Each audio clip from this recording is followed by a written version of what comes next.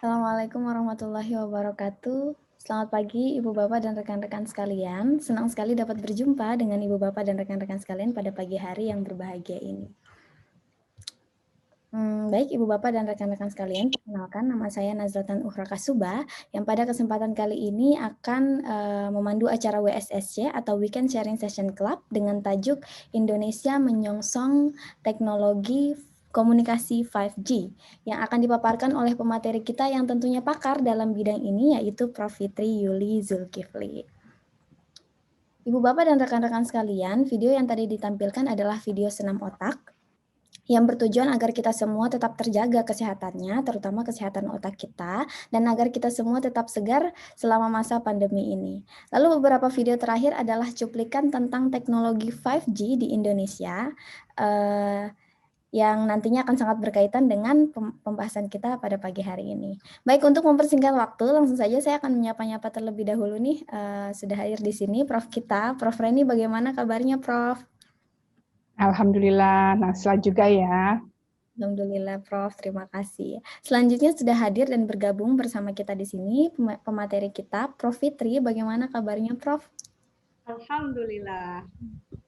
Alhamdulillah, Ibu Bapak dan rekan-rekan sekalian, semuanya dalam keadaan sehat. Tentunya saya juga berharap agar Ibu Bapak dan rekan-rekan semua selalu berada dalam kondisi yang sehat walafiat. Ibu Bapak dan rekan-rekan semua, sebelum memulai acara, izinkan saya menyampaikan susunan acara, beberapa tata tertib untuk kenyamanan kita bersama, dan profil singkat moderator juga pemateri kita.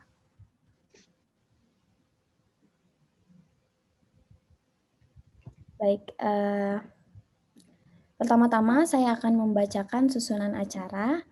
Susunan acara kita pada pagi hari ini pada pukul 9.40 hingga pukul 10 ruang Zoom dibuka. Kemudian pada pukul 10 hingga pukul 10.15 selama 15 menit kita akan memasuki sesi pembukaan.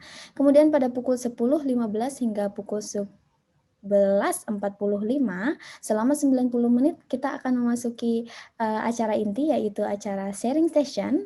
Kemudian pada pukul 11.45 hingga pukul 11.48 selama 3 menit kita akan memasuki sesi foto bersama. Kemudian pada pukul 11.48 hingga pukul 11.53 selama 5 menit kita akan memasuki sesi penutup. Kemudian pada pukul 11.53 hingga pukul 12.00 selama 7 menit setelah sesi penutupan, ruang Zoom akan ditutup.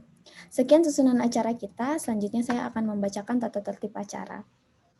Tata tertib acara kita pada pagi hari ini adalah yang pertama, diharapkan kepada Ibu Bapak dan rekan-rekan sekalian untuk stay mute selama pemaparan materi berlangsung. Kemudian jika Ibu Bapak dan rekan-rekan memiliki pertanyaan, pertanyaan dapat ditulis di kolom chat selama pemaparan dan akan dibacakan pada sesi tanya jawab atau akan dibacakan langsung oleh Prof Reni.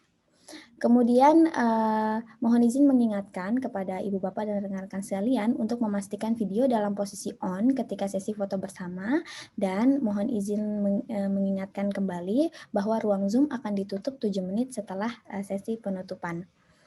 Kemudian mohon izin menginformasikan kepada Ibu Bapak dan rekan-rekan sekalian bahwa acara ini kami dokumentasikan dan dokumentasinya akan diupload di Instagram @sharingbareng.profreni dan YouTube channel sharingbareng.prof.reni. Sekian tata tertib acara kita. Selanjutnya saya akan membacakan profil moderator. Profil moderator kita pada pagi hari ini adalah beliau adalah Profesor Dr. Reni Akbar Hawadi, MSI, MM Psikolog. Beliau adalah guru besar Universitas Indonesia, Fakultas Psikologi. Prof. Reni juga adalah sosok di balik acara kita pada pagi hari ini, yaitu Weekend Sharing Session Club, yang pada pagi hari ini sudah sampai di pertemuan ke-48. Untuk informasi lebih lanjut, beliau dapat dihubungi di email beliau akbarhawadi@gmail.com, kemudian website beliau www.lydiafrianihawadi.com, dan Facebook beliau Reni Akbar Hawadi, juga Instagram beliau Reni Hawadi. Sekian profil singkat moderator kita. Selanjutnya saya akan membacakan profil singkat pembicara kita yang sangat luar biasa pada pagi hari ini. Beliau adalah Profesor Dr. Insinyur Fitri Yuli Zulkifli STMSC. Beliau adalah guru besar Fakultas Teknik Departemen Teknik Elektro Universitas Indonesia. Beliau menempuh pendidikan S1 Teknik Telekomunikasi Universitas Indonesia, kemudian S2 Telecommunication and Information Technology University of Karlsruhe, Germany. Kemudian S3 Teknik Telekomunikasi Universitas Indonesia. Area penelitian beliau adalah bidang elektromagnetika, antena, propagation, dan microwave. Beliau memiliki beberapa pengalaman, yaitu beliau pernah menjadi dosen berprestasi Universitas Indonesia pada tahun 2011 dan kemudian finalis dosen berprestasi tingkat nasional juara keempat pada tahun 2011. Kemudian beliau juga memiliki publikasi lebih dari 200 paper internasional dan nasional, juga terlibat dalam lebih dari 40 riset yang memperoleh pendanaan. Beliau juga adalah merupakan bagian dari Institute Electrical and Electronic Engineer. Beliau menjabat sebagai Indonesian Section Chair di IEEE pada tahun 2017 hingga 2018. Kemudian beliau juga menjadi Indonesia Section Advisory Board di IEEE 2019 hingga 2020. Beliau juga anggota tim 5G Task Force dari Kementerian Komunikasi dan Informatika Republik Indonesia. Untuk informasi lebih lanjut, beliau dapat dihubungi di youlivetowe@gmail.com. Sekian profil singkat pembicara kita. Mohon maaf jika ada kesalahan pembacaan. Selanjutnya acara akan saya berikan kepada moderator, yaitu Prof. Reni. Silahkan, Prof. Baik, terima kasih Nasla. Assalamualaikum warahmatullahi wabarakatuh. Salam. Waalaikumsalam warahmatullahi wabarakatuh. Om Swastiastu, Namo Buddhaya, salam kebajikan. Selamat pagi, Ibu Bapak, Saudara, teman sejawat, para sahabat Speak and Sharing Session Club. Saat ini sudah yang ke-48 ya. Dan setiap Sabtu kita hadir jam 10 sampai jam 12. Insya Allah pada Sabtu hari ini, tanggal 12 Juni 2021, kita kedatangan tamu yang sangat luar biasa. Ini rekan sejawat saya di Dewan Guru Besar UI, Prof. Fitri. Ya, masih muda sekali nih, Prof. Fitri. Terima kasih banyak ya, sudah bersedia menjadi narasumber. Dan tadi luar biasa setelah dibacakan oleh Nasla CV-nya, 200 paper internasional dan nasional, dan 40 riset pendanaan. Wow, luar biasa. Ya, jadi nanti kita selama 90 menit ke depan akan mendengarkan paparan dari Prof. Fitri mengenai Indonesia menyongsong teknologi telekomunikasi 5G. Tadi ada teaser yang kita tonton bahwa tahun lalu ya Prof. Fitri itu sudah di launching ya. Jadi berarti Indonesia sudah memasuki era 5G sejak tahun 2020 ya. Namun sebelum sampai ke sana saya pengen kenal lebih dekat nih. Ini Prof. Fitri ini memang teman satu komite, bukan hanya satu Dewan Guru Besar UI tapi satu komite 4 ya. Jadi sudah hampir berapa tahun kita sama-sama ya Prof. Fitri ya? Ya, ini masuk periode kedua ya. Nah, Prof. Fitri sebenarnya menjadi guru besar itu cita-cita atau bukan sih? Enggak sih. Kalau cita-cita saya sederhana, Bu. Waktu kecil cita-citanya masuk surga, Bu. Itu aja. Masya Allah, subhanallah, benar-benar anak yang soleha ini, Prof. Fitri. Berguna bagi bangsa, negara, dan agama. Itu dari kecil udah ditulis begitu, Bu. Itu dari aja. Kecil udah ngomong gitu ya. Jadi inspirasi menjadi guru besar itu bagaimana ceritanya nih? Apakah dari orang tua? Sebenarnya untuk jadi guru besar itu karena pekerjaan kita memang dari jenjang karir kita akan menuju ke sana ya. Tapi jadi yang paling penting adalah kenapa saya memilih menjadi dosen. Nah, itu yang lebih emang penting. Itu juga bukan keinginan sendiri tadi ya. Jadi kita ini ya mungkin banyak juga ini ahli psikolog nih Prof. Makanya menggali-gali ya. Jadi kita kalau sampai remaja mungkin masih belum fix ya, belum bisa menentukan mau apa ya gitu ya. Nah, ketika saya kuliah itu saya sering belajar bareng. Saya tipenya senang belajar bersama. Jadi nggak belajar sendiri, tapi senang belajar bersama.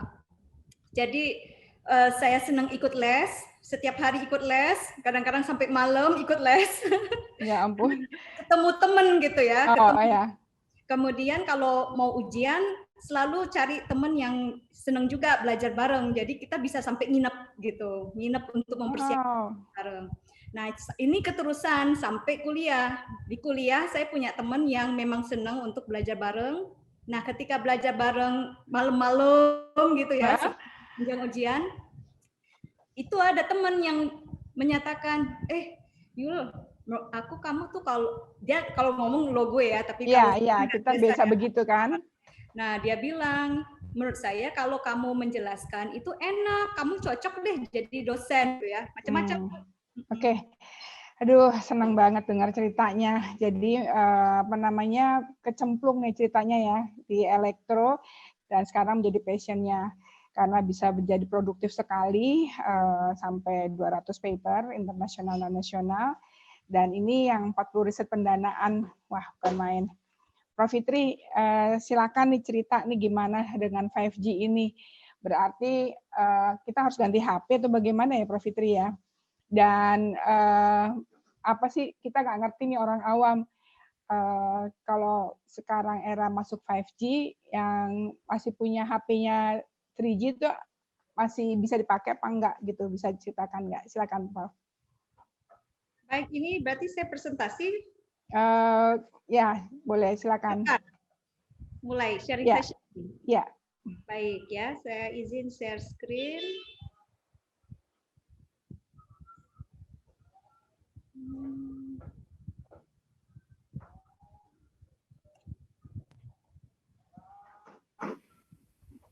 Sudah terlihat? Sudah kelihatan.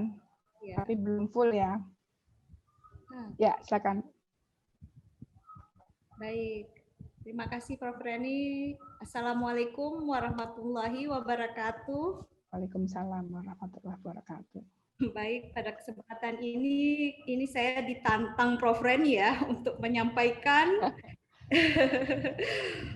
sedikit ilmu terkait dengan teknologi komunikasi 5G dan terutama di Indonesia. Ini saya bilang menantang ya karena yang mendengar ini bukan anak-anak teknik. Ya, betul. Mudah-mudahan penyampaian saya bisa dimengerti, namun bila kurang jelas, silahkan ditanyakan langsung. Baik, untuk outline-nya mungkin saya nggak langsung jawab dari pertanyaan Prof. Reni tadi ya. Jadi biar lebih jelas dulu, saya ingin menyampaikan evolusi dari teknologi mobile communication yang mulai dari first generation sampai jadi biar bisa ngikuti beda dengan 5G apa gitu ya. Secara teknologi memang ada perbedaan. Jadi maaf kalau nanti banyak istilah teknologi yang akan saya sampaikan. Kemudian baru teknologi 5G-nya seperti apa dan bagaimana penerapan di Indonesia. Jadi kita mulai ya. Nah, ini gambar dari the first mobile radio telephone tahun 1924. Bisa lihat ya, ini besar sekali. Antenanya aja besar seperti ini dan benar-benar muat satu mobil. Jadi ini belum handphone ya. Ini benar-benar masih di mobil. Nah, ini berkembang terus teknologinya sehingga kita bisa merasakan seperti sekarang. Jadi yang benar-benar sampai ke kita komunitas atau masyarakat itu ditandai dengan mulainya first G ya. First generation. Nah, ini pemainnya, nama perusahaannya, tapi nanti lebih detail kepanjangannya akan saya sampaikan. Itu pemainnya ada 3. Dan ini hanya bisa voice, hanya bisa suara. Hanya bisa telepon aja. Ya, dan ini di tahun 1984 sampai 1996 mungkin kalau handphonenya itu yang besar-besar ya, sebesar bata. Ya, karena frekuensinya masih rendah dan baterainya besar supaya jarak jangkau dengan BTS terdekat itu sampai karena BTS-nya masih jarang-jarang juga. Ya, itu di first generation. Nah, di Indonesia masuk itu langsung second generation, ya, 2G dan kita paling dikenal adalah GSM. Ya, Sebenarnya di dunia itu tidak saja dari 2G-nya adalah GSM ya. Di dunia ini negara-negara lain ada yang namanya TDMA, IDEN, PDC, CDMA, PHS ya, ada banyak lagi pemain-pemainnya. Nah, ini dia yang sedikit menjadi kendala di 2G, bukan saja dari kecepatannya, tapi karena banyak pemain, ini tidak saling kerjasama. Jadi kalau kita di Indonesia pakai GSM, kita pergi ke Amerika yang pakai CDMA, nggak bisa komunikasi. Handphone kita udah tidak bisa digunakan lagi karena berbeda teknologi. Ya, jadi antara kita sewa telepon di sana dengan paket SIM-nya atau ya sudah kita tidak menggunakan apa-apa. Ya selama di sana kita tidak ada komunikasi. Nah, ini sudah mulai digital dan voice saja. Nanti 2G ini akan berkembang ke 2.5, ini sudah ada paket data. Jadi mungkin sudah bisa sedikit internet, tapi masih pelan.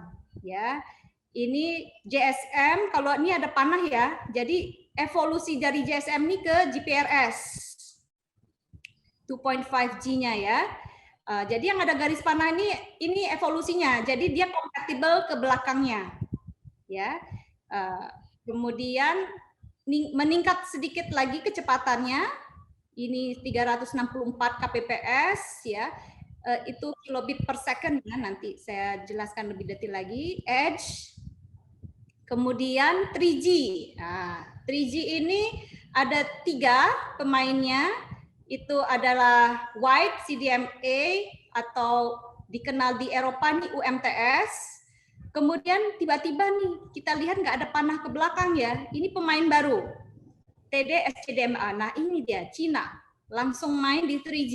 Nah, dia langsung masuk.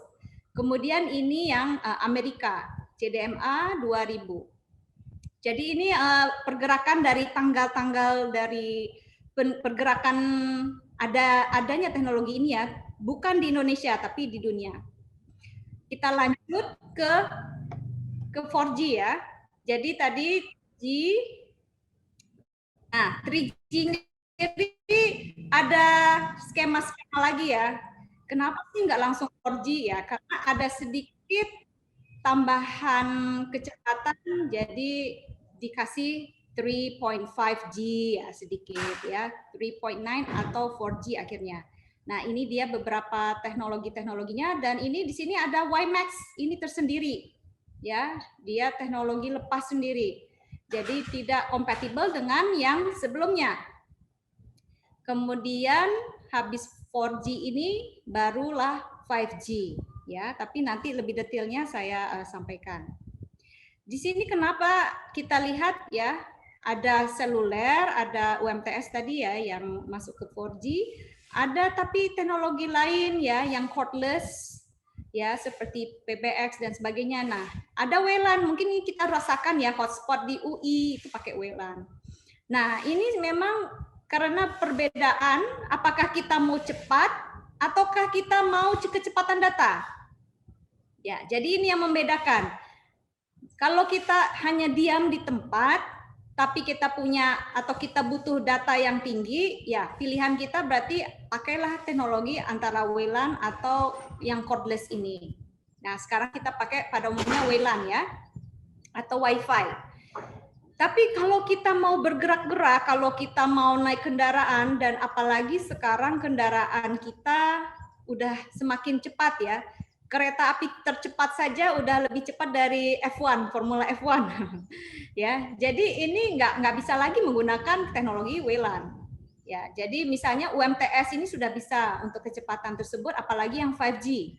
Jadi kalau kita perlu kecepatan yang tinggi, maka teknologi yang kita pilih tadi ya semakin bisa mendukung yang mobile ya. Jadi seperti itu gambaran, dan ini saling melengkapi karena tadi kadang-kadang kita ingin yang high speed ya, tapi juga mau data. Nah, ini mudah-mudahan bisa di-cover oleh 5G dan seterusnya. Di samping itu, ini perbedaannya adalah yang tadi kalau first G ini, nah ini dia, supaya kita bisa cepat, kita perlu jalan yang lebar, betul ya kalau kita analogikan dengan lalu lintas. Betul ya Prof. Reni ya? Ya betul. Jadi kita perlu jalan yang besar. Ketika di first generation, jalannya itu hanya 30 kHz. Kemudian yang second generation naik ke 200 kHz. Yang third generation 5 MHz. Dan yang fourth generation ini 20 MHz. Jadi kalau kita mau mengirim data yang begitu cepat, kita juga perlu jalan yang lebar. Kita kan nggak mungkin kita nggak bawa truk yang besar, kargo besar, nggak mungkin kan lewat jalan tikus yang hanya 30 kHz, nggak mungkin. Ya, jadi harus didukung juga dengan bandwidth. Bandwidth istilah teknologinya yang membuat jalannya ini besar. Nah, untuk 5G ini konon ini perlu minimal 40 MHz. Nah, ini yang menjadi tantangan bagi negara kita karena frekuensi itu hampir semua sudah dipakai ya untuk berbagai aplikasi di Indonesia. Nah, ini nanti akan sampaikan. Tapi ini dulu bandwidth-nya ya. Jadi perlu jalan tol dulu ya yang besar supaya bisa bawa data dengan kecepatan tinggi. Ya.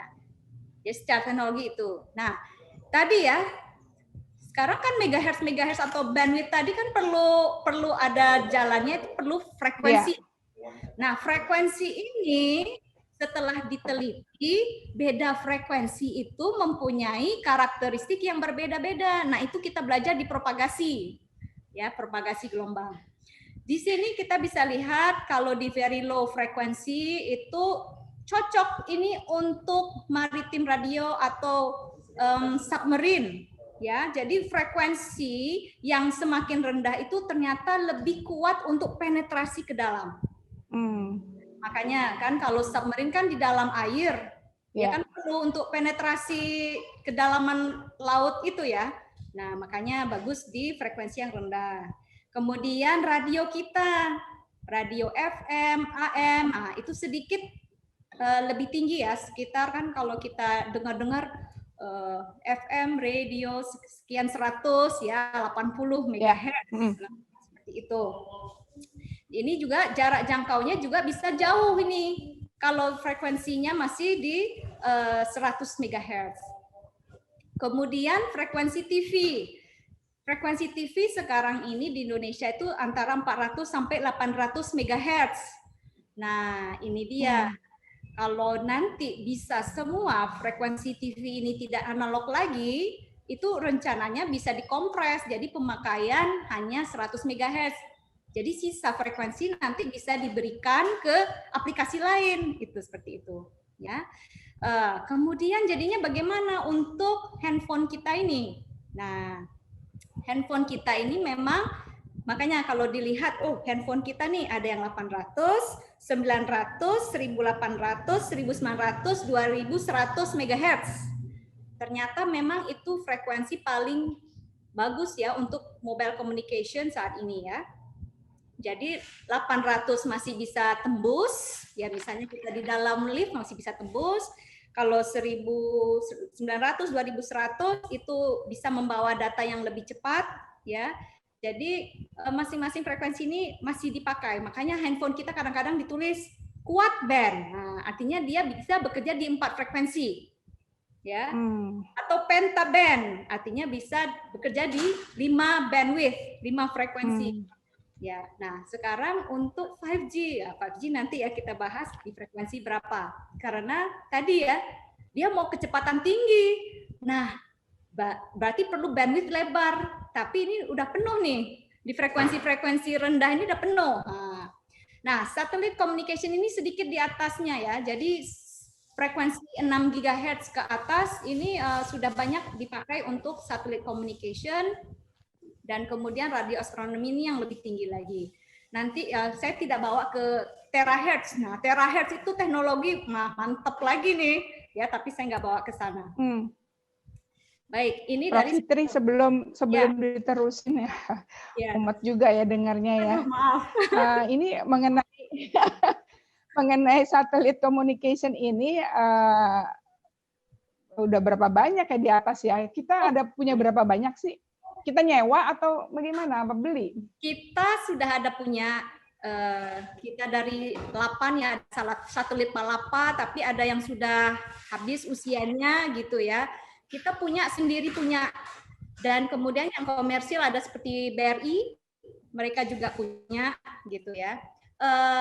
Tapi istilahnya beli ya, bukan buatan sendiri. Ya. Masih beli. Itu jadi beli ya, bukan sewa ya? Bukan. Yang kita punya ada, yang kita sewa juga ada. Tapi kita punya, kita termasuk negara pertama di Asia Tenggara yang punya satelit sendiri. Kalau sekarang di itu udah berapa tahun? Yang satelit Palapa itu masih lama ya ininya ya? Baru tadi kan sampai ada expired. Ada expire-nya. Jadi misalnya dibilang bisa bertahan 50 tahun atau 20 tahun, tergantung ya Bu ya. Wah, bagus ya. Dan ini mempengaruhi tadi ya, jalan tol tadi, benefitnya tadi ya, yang untuk 5G apa? Kalau frekuensi ini kan kalau sudah dipakai untuk satu aplikasi, kalau kita pakai untuk aplikasi lain, nanti interference Bu. Mengganggu kan, tabrakan. Jadi harus ada yang dilepaskan dulu frekuensinya, jangan dipakai oleh aplikasi lain. Seperti itu, Bu. Jadi kalau misalnya untuk satelit udah dipakai kalau frekuensi misalnya jadi satelit udah di satelit Palapa ini digunakan untuk apa?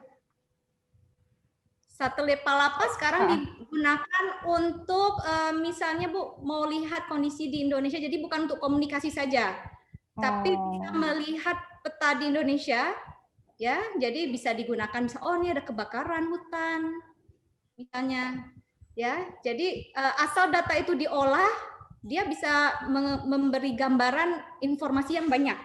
Oh ini di sini bisa panen, misalnya, ya. Seperti itu.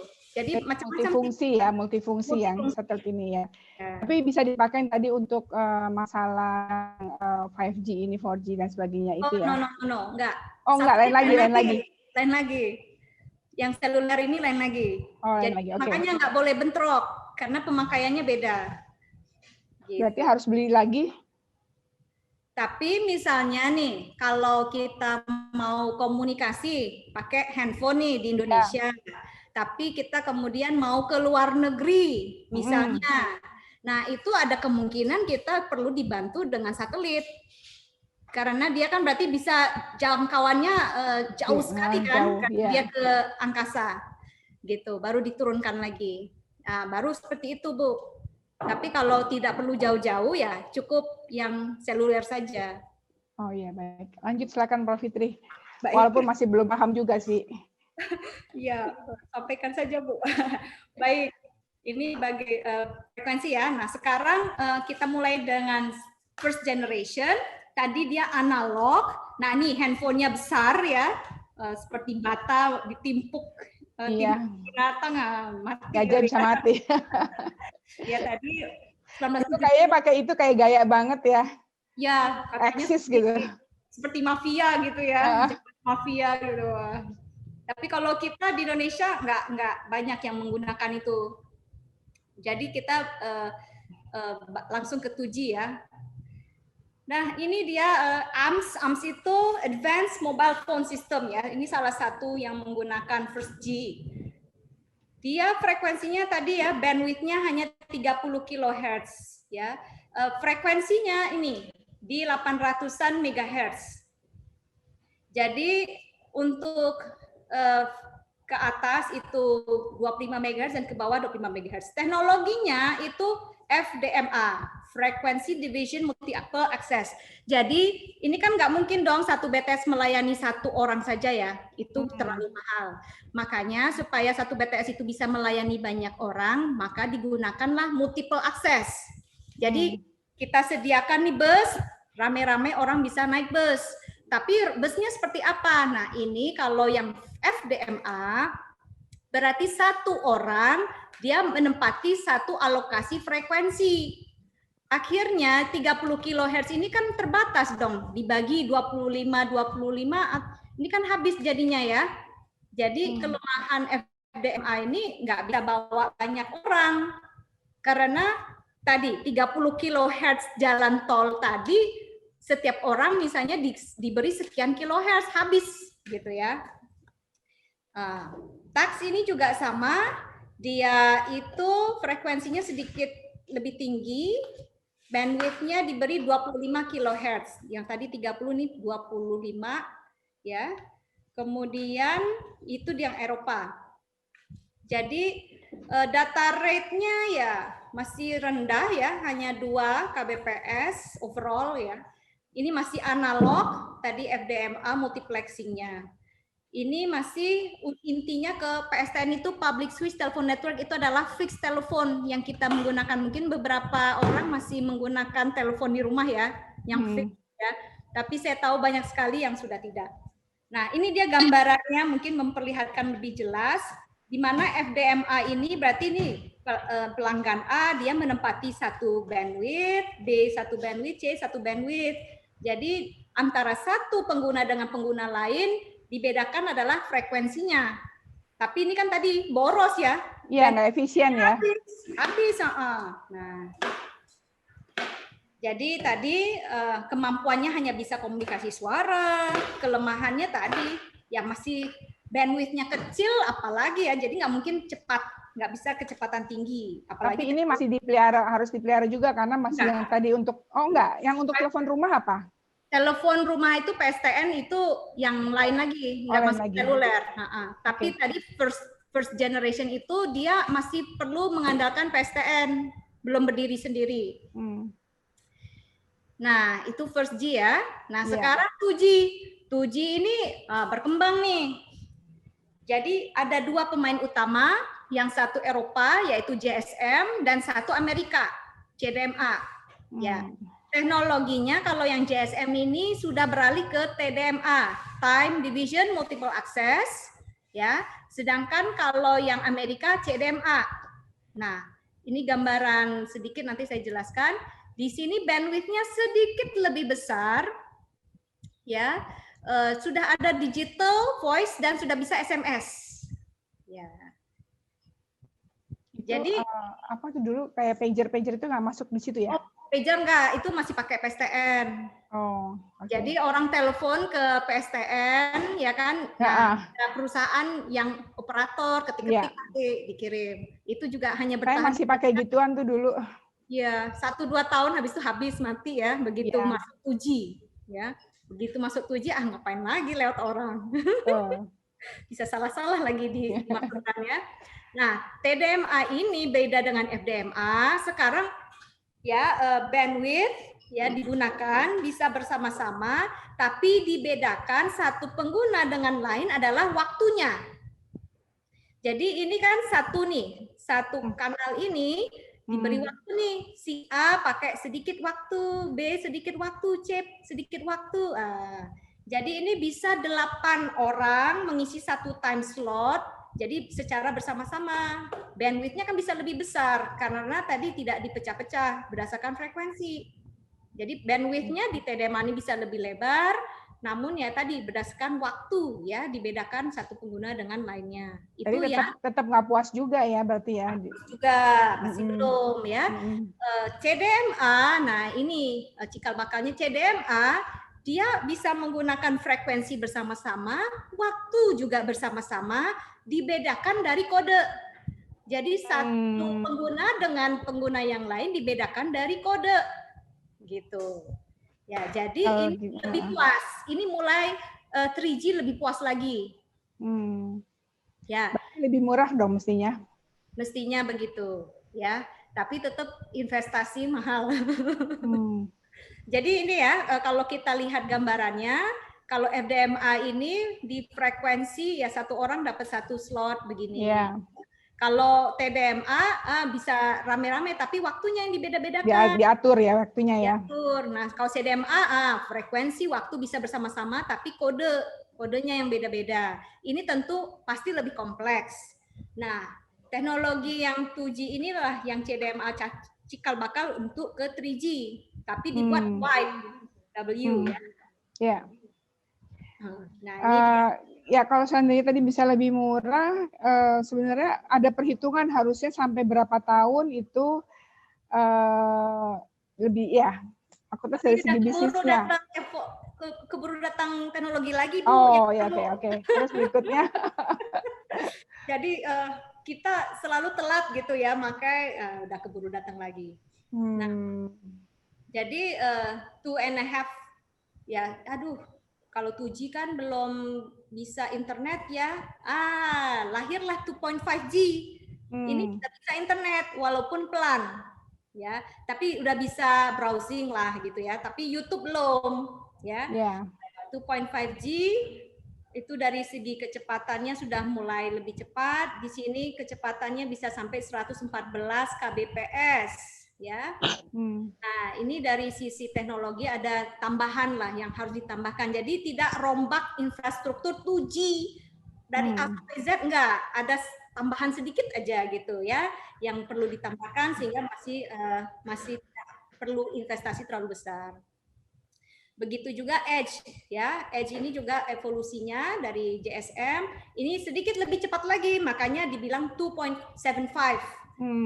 Karena sedikit lebih cepat lagi, ya. 384 kbps. Jadi masih kbps, kilo, belum mega.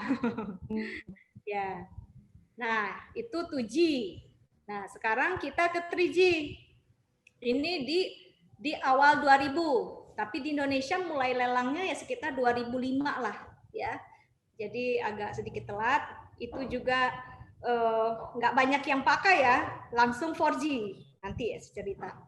Nah di sini teknologi yang 3G ini terkenal ada CDMA 2000, ini kembali lagi nih Eropa, ini Amerika, sedangkan wideband CDMA itu Eropa. Kembali ya, 2 pemain besar. Tapi tadi yang saya sampaikan, Cina tiba-tiba main. Cina masuk. Ya. Dulu saya sebelum terusin dulu, saya masih bingung. Dulu masih kayaknya tahun 2000-an gitu, 2005 itu ada BlackBerry ya. Terus tiba-tiba kok hilang gitu, kenapa tuh, Prof. Fitri? Ya, itu karena habis itu ada sistem Android, Bu. Android. HP-HP semua pada pakai Android, dia masih kunci. Dia nggak pakai Android. Ya, jadi orang kan kepingin utak-atik ya, macam-macam gitu. Sedangkan dia eksklusif, jadi akhirnya ya begitu ada aplikasi yang user friendly yang mengalahkan tadi BlackBerry, ya yang lebih enak, nyaman, ya sudah orang beralih ya. Misalnya udah ada WhatsApp, ya seperti itu. Jadi Android beda lagi nih urusannya, yang ada urusan dengan Android itu ya. otaknya lagi, Bu, beda lagi. Kalau ini kan kita bicara infrastrukturnya. Oke. Kalau itu udah otak di dalam handphonenya. Iya. Ya, jadi kalau CDMA 2000 ini dia kita lihat channel bandwidth-nya udah 1,25 MHz. Nah, udah nggak kbps lagi. Udah megahertz. Data rate-nya juga sudah di megabit, udah tidak kilobit lagi ya. Namun 3G ini di Indonesia ya saya termasuk yang nggak terlalu pakai ya 3G. Saya langsung lompat ke 4G saya termasuk. Ya itu kembali lagi ada killer application apa nih yang membuat kita beralih ya, yang memaksa kita beralih. Oke, sebelumnya ini WCDMA teknologinya ya ada yang menggunakan UMTS, FOMA, JEVO ini di dunia berbeda-beda ya. Tapi umumnya kalau kita di Indonesia menggunakan yang UMTS, kembali ya kita ambil Eropa punya. Nah di dunia ini Bu, ada yang mengatur ini standar-standar mobile communication ini, ya namanya ITU, International Telecommunication Union, dan mereka kasih nama ya grup untuk membahas ini 3GPP. Dan 3GPP ini rilisnya udah banyak sekali versinya karena sampai 5G diteruskan lagi dan sekarang malah udah bicara 6G, Bu. Udah 6G. Udah 6G kan mereka selalu kita baru masuk 5G. Jadi gimana dong? Ya, kalau riset kan boleh dong ke depan. Ya. Ini kan mereka harus bahas standar untuk future. Jadi mereka selalu ke depan. Gitu. Nah, Jadi ya kemampuannya kalau untuk UMTS atau 3G ini ya sudah mulai nih kita bisa pakai GPS ya kan? Kita bisa lihat kita ada di mana gitu ya. Kemudian sudah mulai walaupun nggak terlalu cepat gitu ya, beberapa online game, kemudian mungkin YouTube sudah mulai ya. Cuman mungkin kita masih merasakan nggak nyaman gitu ya. Masih delay-nya cukup besar misalnya ya. Jadi ini kelebihan-kelebihan dari yang UMTS tadi.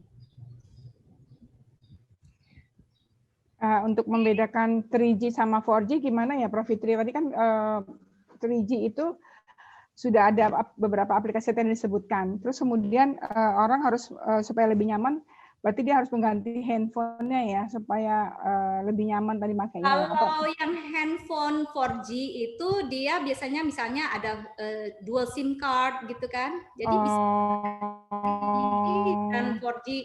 Jadi asal evolusinya sama gitu ya, dia kompatibel ke bawah. Kompatibel ke bawah. Jadi masih bisa Bu, seperti itu. Fungsinya jadi, ada 2 SIM card untuk apa ya?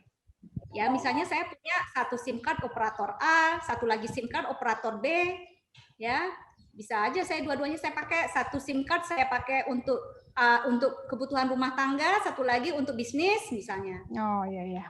Dan kita jadi nggak perlu bawa banyak HP. Iya, 1 HP bisa dua komunikasi gitu ya. Saya itu di 4G ya, di 4G adanya ya. Mulai di HP 4G ya. Jadi saya HP saya dua SIM card ya, saya selalu cari karena saya punya 2 nomor dan saya nggak ingin punya 2 HP ya kan. Jadi 1 settingnya di 3G dan saya tidak mau pakai data, 1 lagi yang 4G dan ada paket datanya. Jadi saya buat seperti itu. Oh, jadi bisa bilang ya sama ini operator 1 saya untuk 3G untuk 4G gitu ya. Oh gitu. Tapi di handphone ada setting. Di handphonenya. Ya, kalau orang elektro ngerti, kalau orang kayak kita kan nggak ngerti gitu-gituan. Anaknya pasti ngerti. Oh. Ya gitu.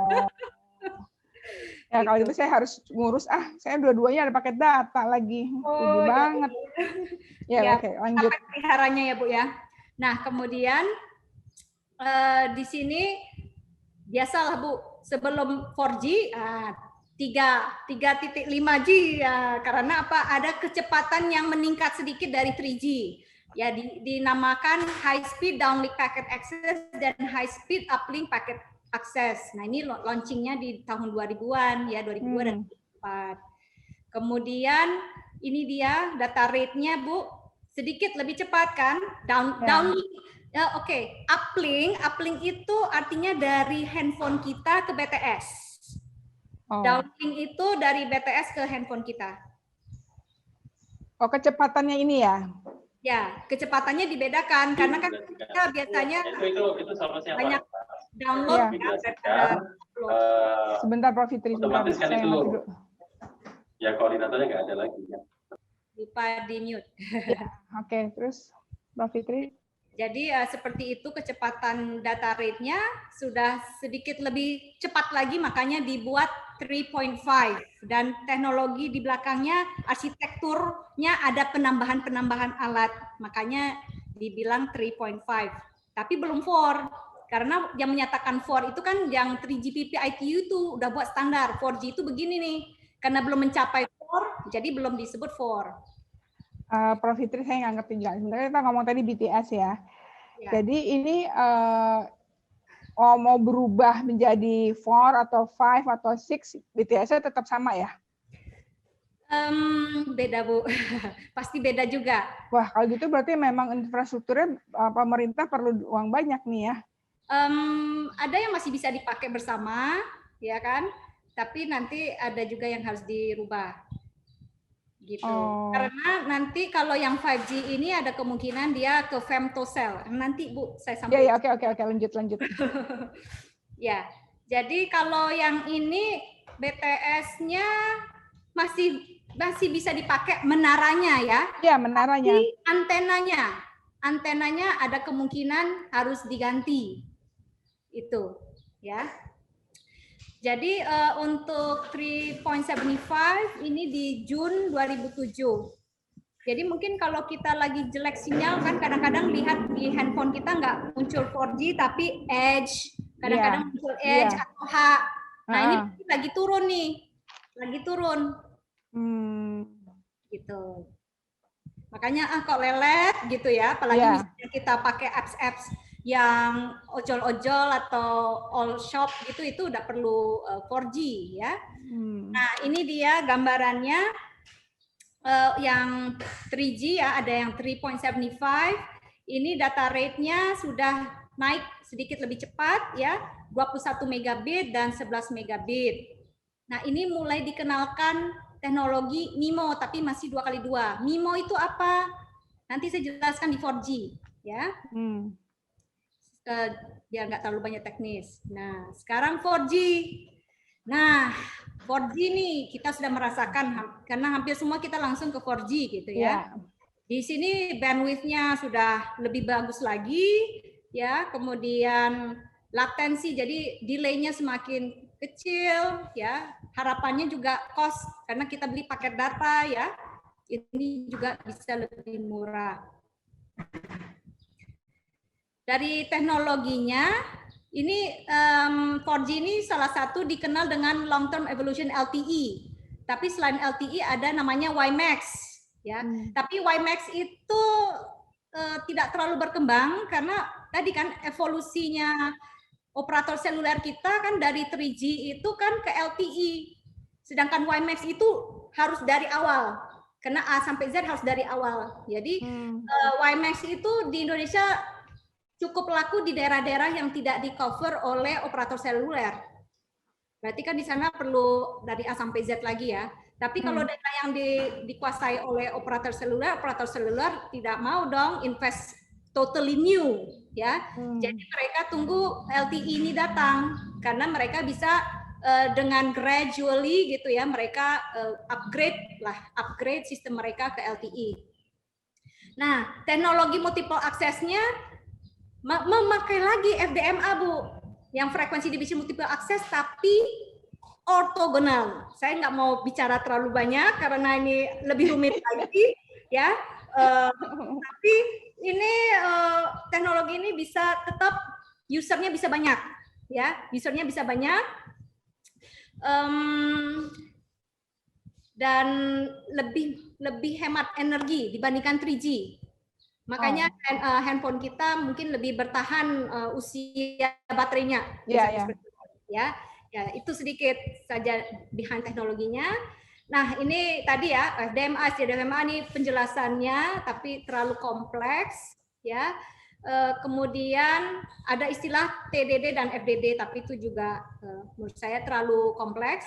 Nah, ini supaya dia bisa kenceng maka dia perlu multiple antena. Jadi di sisi handphone kita ini perlu ada lebih dari 2 antena di dalam handphone kita atau di dalam gadget kita ya. Dan di sisi BTS apalagi ya lebih dari 2 antena. Makanya dibilang multiple input, multiple output. Ini mempermudah ya dari sisi kecepatan dan dari sisi interference dan sebagainya, dia memperbaiki ya gitu. Jadi dia karena nih gelombang keluar dari antena kan lari kemana-mana Bu di udara, jadi bisa mantul-mantul gedung dan sebagainya ya. Jadi begitu masuk lagi ke handphone kita atau ke alat-alat kita, begitu ada banyak antena dia bisa mikir nih yang paling bagus ini nih, akhirnya dapat data dengan baik kembali.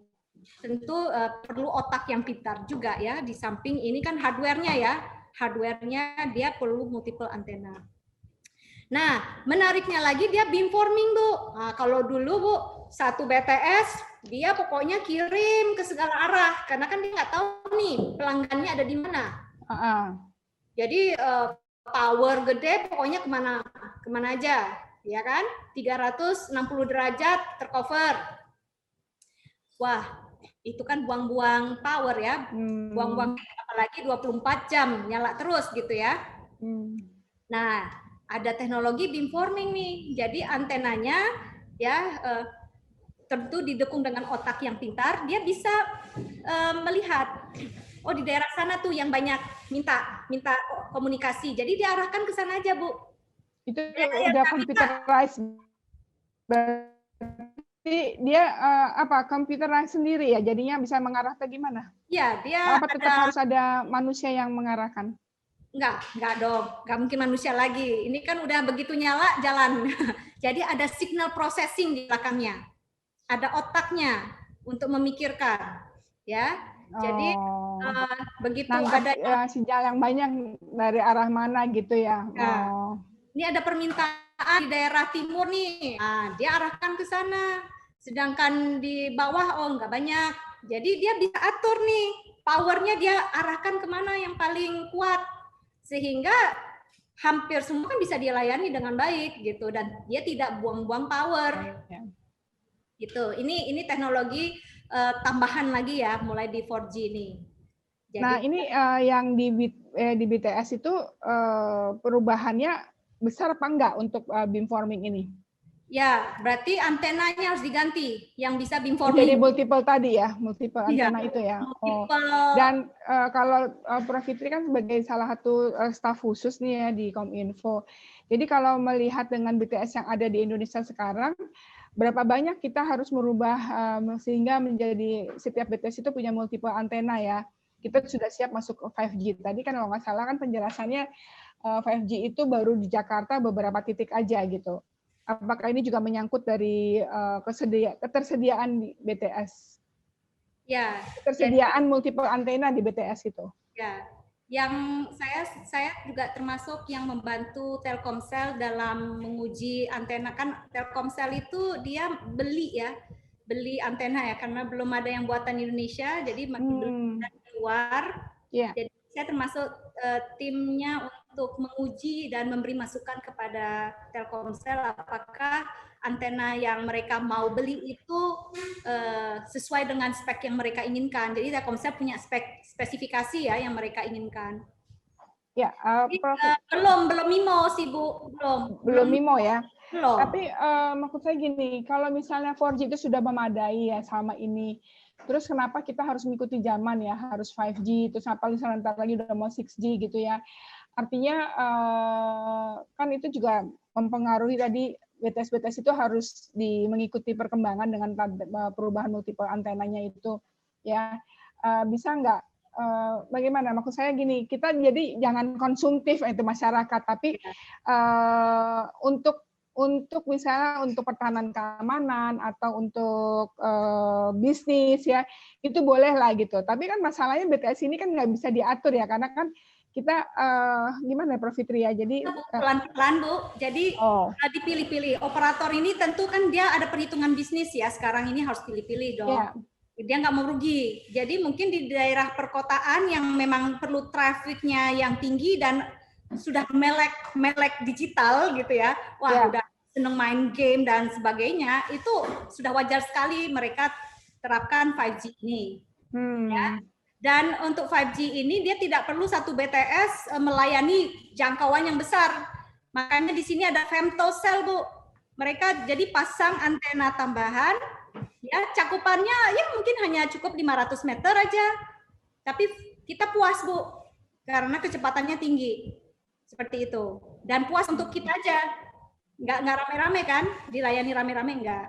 Makanya jadi nggak cukup BTS karena jadi berarti ini harus ada tambahan lagi untuk mediator ya atau apa namanya ya, kalau sampai ke rumah ya. Iya, perpanjangannya ya, perpanjangan maksudnya gitu. Ya. Jadi bisa saja BTS ke depan kalau ini terus-menerus berkembang tuh antenanya kan nggak perlu besar-besar lagi, karena kalau femtocell ini kan jarak jangkau kecil ya, jadi gain-nya mungkin nggak perlu besar-besar, jarak jangkaunya kan hanya kecil-kecil, ya.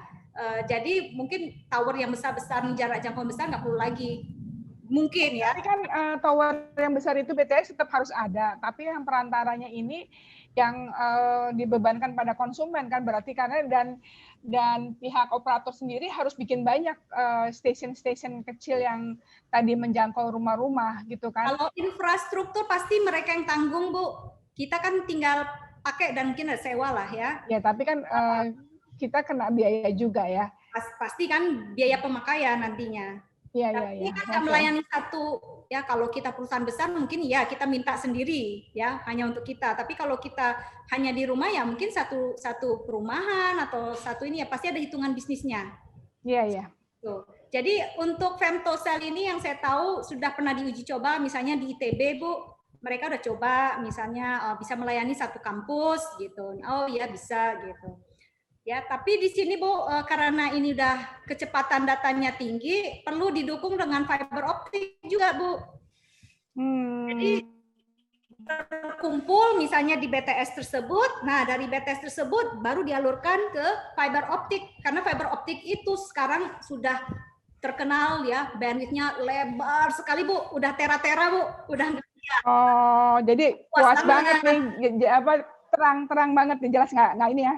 Nggak apa namanya, nggak mogok-mogok gitu ya jalannya ya. Dan ya itu karena di dalam kabel ya kan, ya kan nggak ada gangguan, lancar aja kan, nggak mental sana sini gitu kan, lossnya semakin dikit.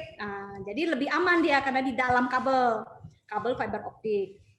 Jadi untuk 5G ini perlu kombinasi banyak. Jadi nggak mesti kita harus infrastruktur awal semua lagi, enggak ya. Yeah. Ada tambahan gitu ya, dan dilihat daerah ini perlu dipasang di situ, daerah ini belum perlu ya udah jangan pasang. Ya. Apalagi di daerah yang 3T itu mungkin cukup 2G Bu, nggak perlu 3G pun nggak perlu, cukup 2G. Yeah. Jadi berarti sebenarnya telepon-telepon yang kita anggap jadul itu di daerah-daerah di tempat kita tertentu masih diperlukan ya. Ya kan, jadi tetap aja jangan buang handphone dong yang zaman dulu. Kita kan hobinya kalau ada handphone baru pengen beli ya, Prof Fitri ya. Kalau rusak dibuang lah Bu. Oh iya, enggak, ini kan kita nggak ngomong rusak, tapi kan kita cuma lebih pada ingin fashion aja, nggak mau ketinggalan. Biasanya kan terutama untuk yang generasi sekarang gitu ya, anak-anak sekarang. Kalau Ibu jadi untuk yang punya handphone yang bukan jadul ya, buatan sekarang, tapi yang sederhana, hanya perlu buat suara dan SMS. Jadi nggak touch screen. Jadi iya sih, tapi itu masih ada nggak sih yang hanya untuk masih ada suara aja ya? Iya, karena masih. Kita nggak perlu semuanya untuk orang-orang tertentu, mungkin cuma suara aja yang penting ya. Dan murah Bu, 200.000, 400.000 udah bisa beli Bu. Oh masih ada ya, Prof Fitri ya? Karena saya tahu boleh deh. Saya nggak seneng yang baru ini kan, touch screen. Iya, karena untuk orang zaman dulu yang QWERTY ya, yang masih tekan-tekan. Iya. Oh. Masih dijual kok. Boleh ntar saya konsultasi kalau gitu. Jadi kembali kepada 5G ini perhitungan Prof Fitri gitu, karena perlu memang tidak mengeluarkan banyak biaya ya. Tapi perlu bukan maksudnya perlu perhitungan yang cermat, tapi kan mana yang prioritas untuk daerah-daerah tertentu ya, karena nggak semuanya harus menjangkau, ya kan? Indonesia kan sangat bervariasi ya, juga ketertinggalannya juga seperti itu. Nah ini dari perhitungan Prof Fitri dan teman-teman itu berapa tahun ini kira-kira 5G ini di Indonesia bisa terpenuhi? Nah, itu kan tadi di teaser tadi yang Ibu perlihatkan aja, untuk 4G aja kan boomingnya kan butuh kira-kira 7 tahun, 6-7 tahun. 5-7 tahun gitu ya. Nah, 5G ini kembali lagi ada nggak killer application? Ya, aplikasi apa yang membuat kita terpaksa harus pindah? Terutama kita ya di daerah kota. Kalau ada apps yang memaksa kita pindah, maka akan rame-rame pindah. Itu aja. Oh iya, kuncinya ada killer application ya. Kan kita memang kita selalu konsumtif nih, selalu pengen nggak mau ketinggalan, ya kan? Bukan ketinggalan aja, tapi ada kebutuhan ya. Oh iya, itu yang penting kebutuhan. Itu kan karena kebutuhan ya. Ojol itu kan kebutuhan. Kalau nggak ada kebutuhan, ya nggak. Ya banyak orang. Tapi dengan ojol-ojol itu kan cukup yang sekarang 4G, nggak perlu 5G kan? Betul. Tapi 5G itu hanya untuk lancaran aja tadi kan, jalan tolnya lebih lebar gitu ya. Hambatan. Tapi who knows Bu, ternyata ada killer application di 5G yang akhirnya membuat kita rubah juga Bu, pindah. Ya. Ini belum ketahuan ya. Ya, sementara ini ya mereka sampaikan bahwa untuk 5G ini misalnya massive IoT Internet of Things Nah, Oh iya, udah ini mulai ada masuk nih kebutuhan IoT ya. IoT, semakin banyak yang menggunakan IoT, ya 5G ini mungkin akan semakin ada kebutuhan, ya. Tentunya kalau yang senang main game ya dia senang ini kecepatannya lebih cepat mainnya gitu ya, terus dengan tampilan yang semakin nyata hidup gitu ya. Wah, itu yang bahaya. Berarti itu pasti laku deres itu mah 5G karena kebutuhan game. Tapi kalau untuk IoT kan cuma orang-orang tertentu yang punya ya. Dengan rumah cerdas apa segala kayak gitu kan. Sekarang IoT Bu nggak ke rumah cerdas aja. Misalnya begini Bu, untuk agriculture ya atau untuk peternakan udah ada yang memakai Bu. Jadi dia itu bisa dengan dia pasang sensor-sensor yang terhubung dengan IoT, dia bisa tahu nih kapan dia memberi ayam makanan, apakah ayam ini perlu minum, suntik, sakit. Keren. Apa itu di Indonesia udah ada ya? Oh, sudah. tapi ya mungkin Tanaman persentase juga kecil. sama Bu. Ini kapan harus disiram, ini perlu pupuk, udah ada juga Bu. Gitu. Oh, pantesan saya suka mikir ya, itu kan kalau ngomong tanaman ya, ini ada tanaman namanya Lee Kuan Yew ya. Saya bilang itu selalu haus air ya. Di satu gedung-gedung yang tinggi, saya bingung ya, itu gimana nyiramnya ya. Dan itu bagus sekali kan kalau Lee Kuan Yew itu kan pakai misalnya contoh di Megaria deh. Itu bagus banget, nggak pernah kering. Saya di rumah kalau 1 hari kurang nyiram aja tuh udah pada kering kan. Oh, rupanya pakai itu tadi ya, pakai sensor itu.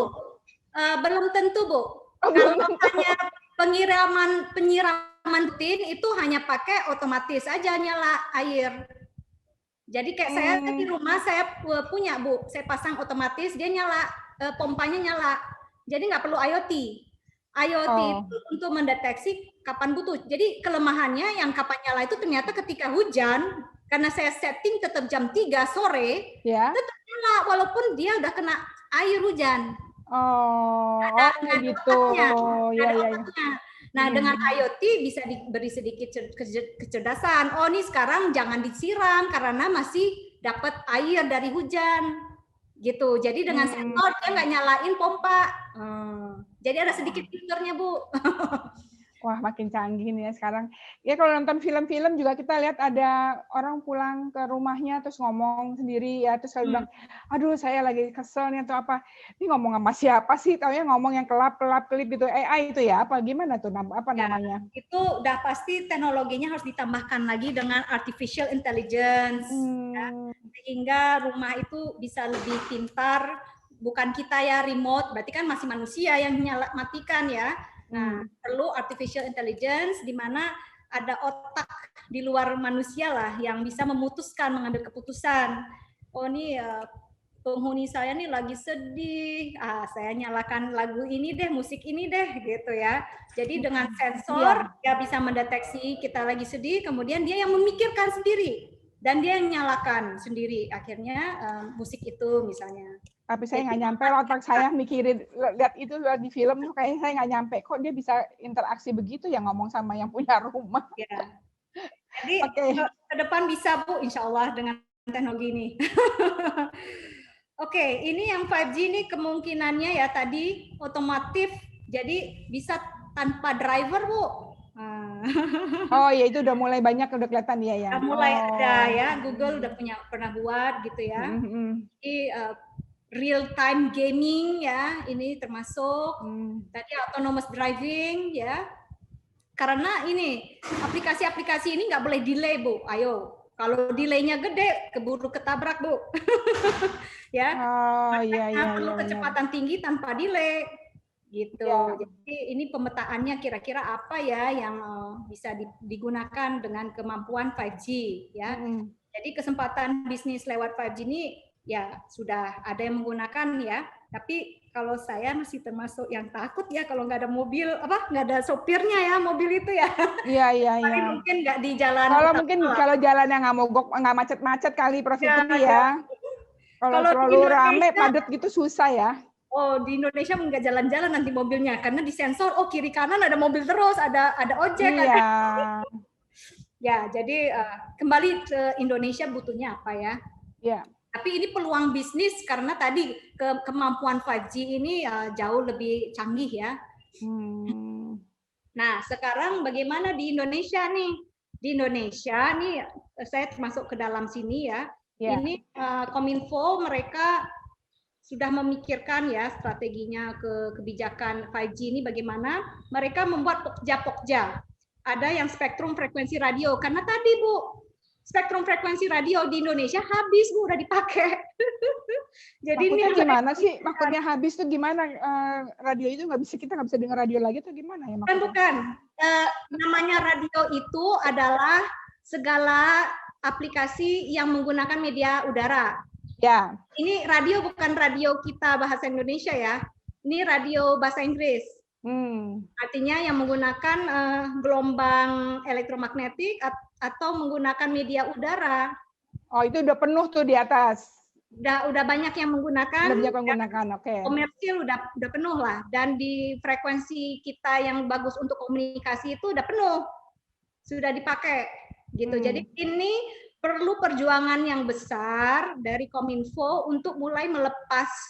Jadi misalnya nih, saya udah beri ke A, ya frekuensi 2,3 sampai 2,330. Saya bagaimana caranya ngambil balik supaya saya bisa beri ke tempat. Itu hubungannya dengan yang ini nggak? Organisasi kayak Orari atau apa yang udah dikasih coupling gitu? Nggak? Kalau itu kan di frekuensi AM FM, itu kita nggak pakai untuk ke 5G ini nggak. Karena itu frekuensi rendah, Bu. Bandwidth-nya kita pasti ini frekuensi ini kali pertahanan ya, angkatan udara, laut, apa segala kayak gitu-gitu ya. Ada yang dipakai untuk radar ya di SDR, terus dilepas. Yang paling banyak untuk satelit, Bu. Jadi itu juga harus dilepas. Tapi kan mereka sudah beli, jadi mereka belum mau lepas. Di situ yang susah. Nah, di Cina karena negara mereka otoriter ya, Cina mudah pindah, langsung geser. Ya, jadi kita cepat sekali nih perkembangannya telekomunikasi ini ya, dan mereka enak mau bandwidth. Ini satu kendala tersendiri ya untuk Pokja ini ya. Oke. Ya. Terus yang model bisnis gimana nih Pokja model bisnis nih? Jadi model bisnisnya itu kan dia skema kolaborasi antara pemangku kepentingan ya, antara stakeholder lah ya kan, karena kita banyaknya masih beli ya. Jadi bagaimana nih semakin banyak kita bisa kolaborasi sehingga makin teknologinya makin masuk atau kolaborasi dalam membuat apps-nya ya yang bisa memakai 5G ini. Ya. Kemudian infrastruktur perlu ada dong ya, yang mendukungnya. Nah, ini dulu yang penting kali ya, Pokja ini kali yang sangat bermain penting ya. Kalau infrastruktur ini kemungkinan banyak beli Bu, ya kan? Tapi kalau yang menarik yang ini Bu, spektrum frekuensi dan perangkat telekomunikasi dan ekosistem. Karena ini kita ingin meningkatkan TKDN. Jadi kita nggak beli saja Bu. Kalau bisa semakin banyak buatan dalam negeri. Gitu. Nah ini nih. TKDN apa ya, Prof. Fitri ya? Tingkat kandungan dalam negerinya Bu. Oh, tingkat kandungan dalam negeri. Tingkat kandungan komponen dalam negeri. Masalahnya udah siap belum nih industri kita? Nah itu dia dari pengalaman 4G kan kita ada yang sudah bisa bermain Bu di WiMAX. Ya. Nah tapi ke 5G ini memang vendor-vendor besar ini ya susah ya. Untuk mengalahkan. Jadi ya kita harus cari peluang lah Bu intinya. Ya mungkin TKDN-nya, mungkin software-nya lah yang mungkin banyak yang kita bisa ambil porsinya. Karena kalau di hardware-nya mungkin udah pemain vendor utama ini ya yang sudah kuat. Jadi tapi intinya perlu, dan pengalaman di 4G itu mereka Kominfo sudah menetapkan gitu ya, ada regulasi misalnya 30% harus ada tingkat kandungannya Bu. Gitu. Ya kalau nggak ditetapkan gitu nanti industri kita nggak berkembang ya Prof. Fitri ya. Nggak dapat transfer of teknologi apapun. Ya. Hanya jadi ini ya perlu didorong terus, walaupun memang dengan kondisi dalam negeri ya nggak bisa langsung 100%. Ya, jadi dilihat juga di Indonesia mampunya berapa persen ya dibuat. Tapi nanti di encourage setelah sekian tahun harus naik misalnya. Ya. Jadi Bu, yang menarik ini dia kondisi peta frekuensi 5G. Jadi saat ini, Bu, frekuensi yang dipakai Ya. kan misalnya 4G itu pakai frekuensi 3G gitu, Bu. Jadi kebayangkan jalannya yang perlu 20 MHz, ya, itu ngambil dikit-dikit tuh, 5 MHz dari sini, 5 MHz dari sana. Aduh. Karena Iya. susah mendapatkan lokasi frekuensi yang kosong. Yang tadi itu ya, maka mau ditata lagi gitu kan. Ditata lagi. Sementara ini kan bukan masalah teknis, tetapi lebih pada kemampuan sosial sosial kali ya. PDKT-nya gimana ya dengan para pemilik frekuensi tersebut, benar nggak sih? Ya, tapi teknis juga ya. Iya, oh iya. Kan saya punya bisnis di sini. Kalau Anda ambil balik, saya bisnisnya mati dong. Ya kan begitu, Bu? Ya, tapi bukan berarti mereka diambil semua, tapi ini kan mau ditata. Oke deh, sekarang kamu dapat sekian-sekian, jadi jangan memonopoli atau apa untuk frekuensi ini. Jadi itu bisa nggak sih agak keras gitu dalam hal ini pemerintah? Makanya nih, ada yang bisa ditata, ada yang enggak, Bu. Makanya nih ada kandidatnya, ada 3. Ya, yang pertama yang low band ini mau ditata. Yang tadi saya bilang TV analog, ya, mau dibawa ke digital supaya nanti ditata sisanya bandwidth-nya TV analog mau dipakai sebagian. Itu. Tapi sampai sekarang kan belum pindah-pindah semua, Bu. Berarti kalau TV analog itu udah mau diambil frekuensinya, ya sekali lagi bahwa ini yang sebenarnya yang dirugikan juga masyarakat. Masyarakat kan harus daya belinya bisa nggak dia dengan digital TV itu? Sekarang yang baru-baru TV-nya udah digital semua, Bu. Iya. Kalau tapi TV analog tinggal tambahin 1 alat set-top box, udah bisa digital, Bu. Jadi masyarakat nggak rugi. Maksud saya gini, apakah pada waktu kan ini tadi yang ngomong tentang analog tadi ya, apakah sudah ada survei gitu ya bahwa seberapa masih sekian persen sih dari masyarakat dari sekian ratus juta penduduk Indonesia yang memakai TV analog gitu? Kalau misalnya memang tinggal sedikit, ya gimana Prof Fitri ya? Dihilangin aja. Kalau lebih beratnya di operatornya, Bu, yang stasiun TV-nya. Ya. Kalau di masyarakat kita, apalagi kalau kita beli TV baru itu udah digital semua. Ya, tinggal TV-TV yang lama, TV-TV lama, tapi tinggal kita tambahkan 1 alat tambahan, itu udah bisa juga nonton. Jadi di sisi masyarakat kita sebenarnya enggak, Bu. Malah kita bisa lihat kualitasnya sangat bagus, ya kan? Yang digital itu. Iya. Tapi operatornya, Bu, stasiun TV-nya yang stasiun TV-nya ini yang tadi memiliki frekuensi tadi ya, yang mereka masih analog gitu ya? Ya, masih keberatan digital. Oh iya. Itu, tapi kalau bisa dipindahkan, ini peluang lagi, Bu. Kemudian di middle band ini 1 sampai 6 GHz. Nah, ini kan sudah banyak nih yang pakai, ya. Nah, contohnya yang 2,3 ini sudah dipakai di 4G, Bu. Jadi ada 4G yang WiMAX, itu mungkin ditarik, makanya nih Telkomsel kemarin dilelang lah ya, pemerintah melelang 30 MHz. 3 operator menang, jadi masing-masing dapat 10 MHz. Masih kecil ya, Bu. Kenapa harus banyak? Oh, kalau misalnya cuma 1 dibilang monopoli ya, susah ya. Betul. Itu, Bu. Jadi bidding tertinggi itulah yang dapat gitu. Itu merah-merah apa bedanya? Yang warna merah itu apa, Prof Fitri? Warna merah ini belum peruntukan, ini kan belum dipakai. Kalau ini yang hitam ini yang benar sudah dipakai untuk yang seluler, Bu.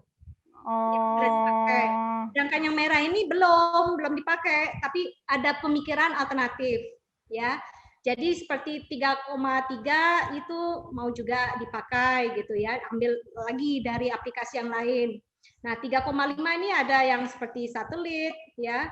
Nah, di 26 dan 28 ini memang tidak pernah dipakai, Bu. Jadi frekuensi semakin tinggi ini, Bu, kendalanya nggak bisa jauh-jauh, Bu. Kena air hujan sedikit bisa rusak. Propagasi gelombangnya ya, Bu, ya, karena wavelength-nya jadi sangat ini ya. Jadi ini kendalanya. Makanya ini dalam research ini kemungkinan kalau mau pakai frekuensi yang tinggi ini bandwidth-nya mantep lah, Bu, ya, karena lebar. Nggak ada saingan karena belum ada yang pakai, Bu. Tapi berarti femtocell tadi mungkin, Bu. BTS-nya nggak boleh yang jangkauannya besar-besar. Mungkin satu BTS di satu gedung misalnya gitu. Itu sudah mulai ya. Jadi kan tadi ini kalau kita lihat yang warna merah di high band itu kan penggunanya saat ini ready-nya udah ada ya, ready saat ini ya. Belum ada nih, Bu. Ready, belum, masih merah-merah semua ya, masih semua belum ada. merah. Merah ini 26, 28 ini kan ide ya, tapi belum. Tapi di sana, di luar negeri ya tetangga kita udah ya. Kalau Cina dia masih pakai di frekuensi yang di bawah 6, Bu. Di 2,3, di 3,3. Karena itu yang paling enak, Bu. Langsung bisa dipakai. Cocok. Oh, kalau gitu berarti perkembangan telekomunikasi kita ya bagus dong. Kalau Cina cuma pakai 2,3, kita 2,3 pas dong. Iya, tapi kan kita belum dapat bandwidth yang lebar. Tadi cuma 10 MHz. Kalau mereka kan udah puas, operatornya nggak banyak. Jadi puas mereka. Bisa 40 MHz. Pemain di telekomunikasi, operator kita cukup banyak ya? Ini, Bu. Kalau bisa cukup banyak jadinya ini dia ya. Oh iya. Jadi semakin banyak berarti nanti bagi kuenya semakin juga banyak berarti makin apa itu ya? Bandwidth-nya itu. Tapi itu dia makanya ada rencana mungkin operator seluler ini dikurangi lah. Di merge kalau nggak merge gitu kali. Ya, seperti itu, Bu. Mungkin tinggal 4 gitu ya. Tapi ini dari yang 7 ini yang punya Indonesia mana sih? Yang benar-benar 100% orang Indonesia. Yang paling merah putih ya Telkomsel, Bu. Yang paling merah putih Telkomsel. Nah, kalau yang Sampurna dan Bakri ini masih bermain yang di 4G ini ya. Nah, yang baru dapat lelang tadi ya, lelang frekuensi 5G yang 30 MHz bagi 3, ini Bu yang saya boldkan.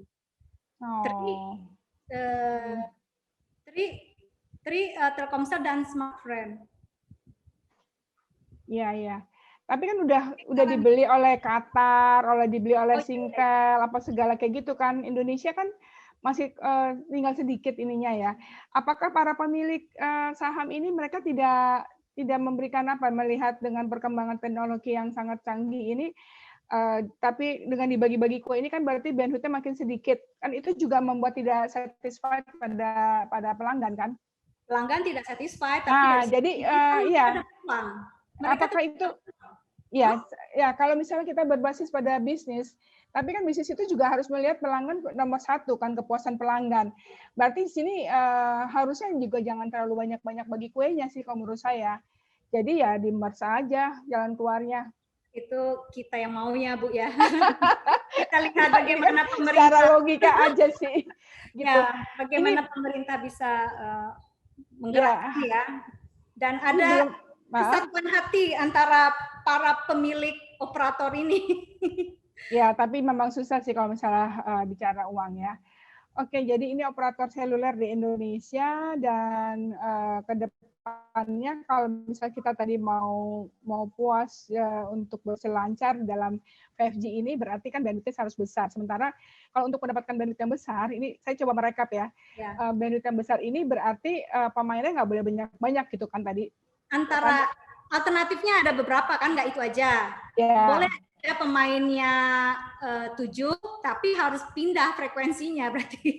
Nah, tapi frekuensinya itu yang tadi masih tata lagi, maka tadi ada pokja yang banyak ya. Jadi dengan ada beberapa alternatif itu juga ada beberapa solusinya gitu kan, Prof. Fitri ya. Ini memang Kominfo lagi ditantang untuk kerja keras ke depannya gitu. Ya, terus ini ada hubungannya dengan kecepatan, apalagi mau masuk pemilu kayak gitu, ada ini nggak, ada hubungan nggak antara frekuensi dengan kecepatan untuk masukin data apa segala, big data apa segala kayak gitu? Oke, ini sementara saya kasih lihat dulu Prof. Reni ya. Ya. Saya alhamdulillah bisa keluar dari Wuhan, Bu, seminggu. Gitu.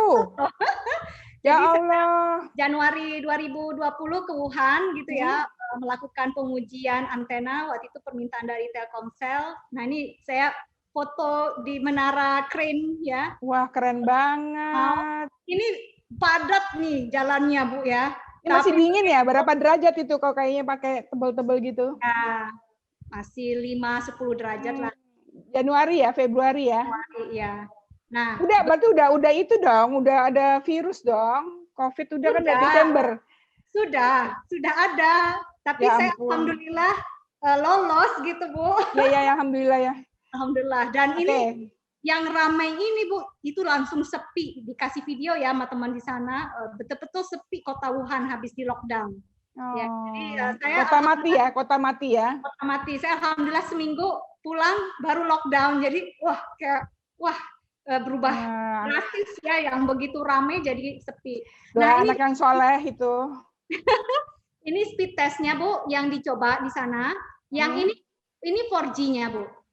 Ya, 4G-nya dengan kecepatan 50,3 dan 11,2 ya, sedangkan untuk 5G-nya ini langsung 1 mega, Bu. Ya. Jadi kita bisa lihat kecepatannya ya, lebih cepat. Ini uplink dan downlinknya, Bu ya. Kemudian ini di Indonesia nih. Ini dilakukan di Mei 2021. Ini saya dapat dari teman yang Kominfo dan dari teman yang kerja di Ericsson, Bu. Iya. Jadi kalau di Indonesia ini downloadnya 202, uploadnya 28. Sedangkan yang lebih baru lagi di tes kemarin itu nih, masih di Jakarta ya, Bu, itu udah 700, Bu. Wah, makin meningkat ya. Iya, dan 79. Itu dia, Bu. Ini 2021, ini 2020. 2020 di Cina aja udah segini gitu kan. Jadi di Cina mungkin BTS-nya lebih bagus juga di Cina, jadi lebih bagus hasilnya. Jadi saya ke sana lihat memang mereka sudah pakai antenanya sudah MIMO. Jadi bukan BTS, kalau BTS kan cuma menara ya. Tapi antenanya mereka sudah MIMO, kemudian memang mereka ada fiber optik sudah full ya di kota-kotanya. Jadi bisa keluar jaringannya pakai fiber optik. Gitu. Oh, kita sendiri yang MIMO tadi belum ya? Kita yang terakhir yang Telkomsel saya lihat sih belum MIMO ya. Belum. Tapi ya nggak tahu nih untuk 5G ini ya mungkin sudah. Dengan perkembangan setahun ini kan di launching-nya tahun lalu itu sudah pengetahuan Profitri berapa banyak yang sudah menggunakan kemajuan ini 5G ini? Belum tahu saya belum tahu berapa jumlah. Ya.